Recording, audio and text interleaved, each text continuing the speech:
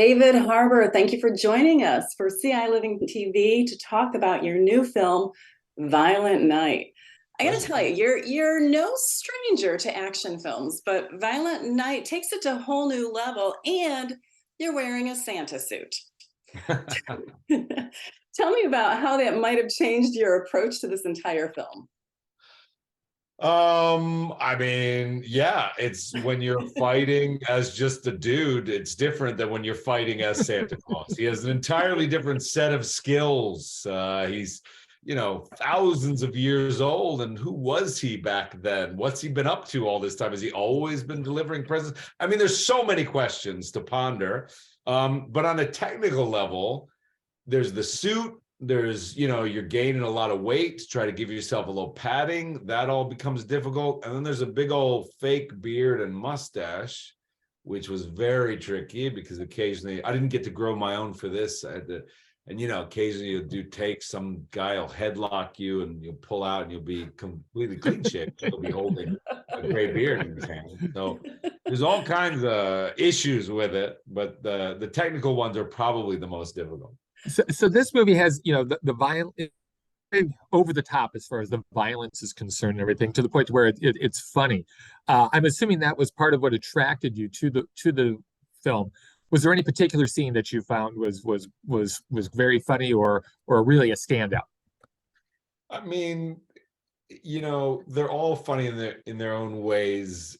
It's just inherently funny to have a bunch of bad guys go against Santa Claus and him to kick their ass. I mean, it was funny too as we put the film together, because there was a lot more like one-liners in the movie after I would kill someone, of just like, would go through the guy like a plate full of cookies or what. I mean, things like ridiculous things. Some of those have made it in the movie, but a lot of them work even better sort of in a trailer, because when you're actually watching the movie, it's plenty to have Santa just beat somebody up, as opposed to have him have to say anything after. It's like, we get it, man. You don't even have to say anything. Just the fact that you've done it is insane and hilarious. So yeah, it's an interesting balance. In the movie, it's kind of fun to see that you have a little girl who really, really wants to believe in Santa Claus, and her parents are saying, well, eventually at one point, nope, no such thing.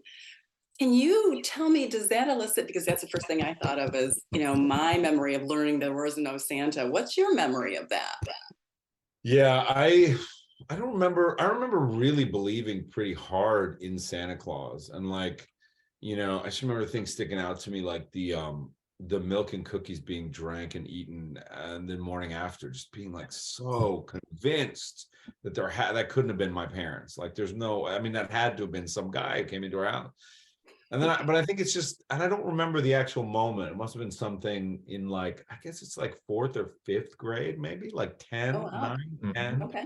Is that late? When were you? No, like, not at all. Like 4. You were like at 4. I was like, no way, there's no guy coming into our house. What are you talking about? Chuck, can you believe that? I think it was like 9 or 10 for me. And it's just like, I still believed, and I think my friends were just like, you're stupid, it's your parents. Perfect. So the big question is, David Harbour, what do you want for Christmas?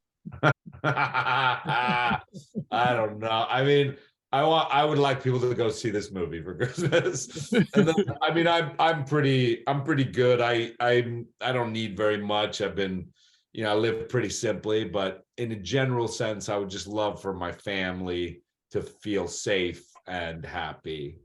That's about all I want. Well, I guess we'll see if you've been naughty or nice. Right? I guess we'll see. We'll see. One last quick question. I remember seeing you as Joel in Between Us and Matt Wirtz in No Sudden Move. You've taken on some pretty cool dramatic roles and now action flicks. What would be a dream role for you for your next film? Oh God.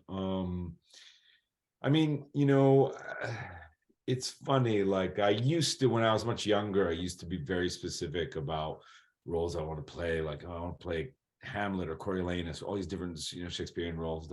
but I guess the further I go along, the more my heart expands. I love so many genres and so many different things. And as the path unfolds, I sort of look at what's in front of me and try to gauge, the things of interest at the time. I can't say that there's something like in the back of my mind where I'm like, oh, I gotta play this or I gotta play that.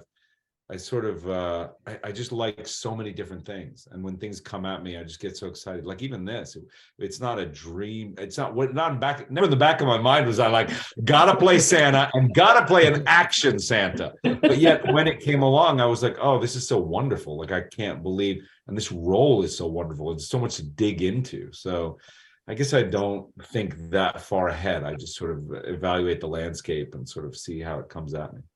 Very good. David Harbour, thank you for talking with us about Thank you Violent so Night. much. Pleasure. Have a good Thank you. holiday.